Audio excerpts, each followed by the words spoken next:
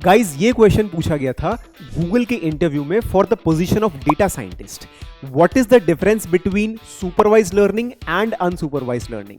Just think for 5 seconds. Guys the major difference is data set की labelling. If the data set is labelled then that comes under the term और the umbrella supervised learning, और अगर data set labelled नहीं है then that comes under the term unsupervised learning. बहुत एक छोटे से एग्जांपल से समझते हैं. जैसे मान लीजिए you are just searching a T shirt on Google, तो हम क्या कर सकते हैं? दो तरीके हैं हमारे पास. द फर्स्ट मेथड इज कि आपने टाइप किया I want a blue T shirt under 500 rupees without collar and with this and this specification.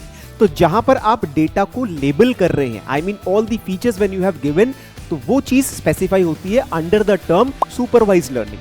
और अनसुपरवाइज्ड लर्निंग का क्या डेफिनेशन है? जहां पर आपने सिर्फ उस टी शर्ट को स्नैपशॉट लिया और आपने गूगल लेंस के थ्रू उसको पोस्ट कर दिया गूगल पे, तो वो जो कंडीशन आएगी या वो एग्जांपल होगा that would come under the umbrella unsupervised learning. क्योंकि गूगल को नहीं पता कि आपको टी शर्ट ढूंढ रहे हैं और ब्लू कलर की ढूंढ रहे हैं या आपने वहां पर कॉलर दिया है कि नहीं.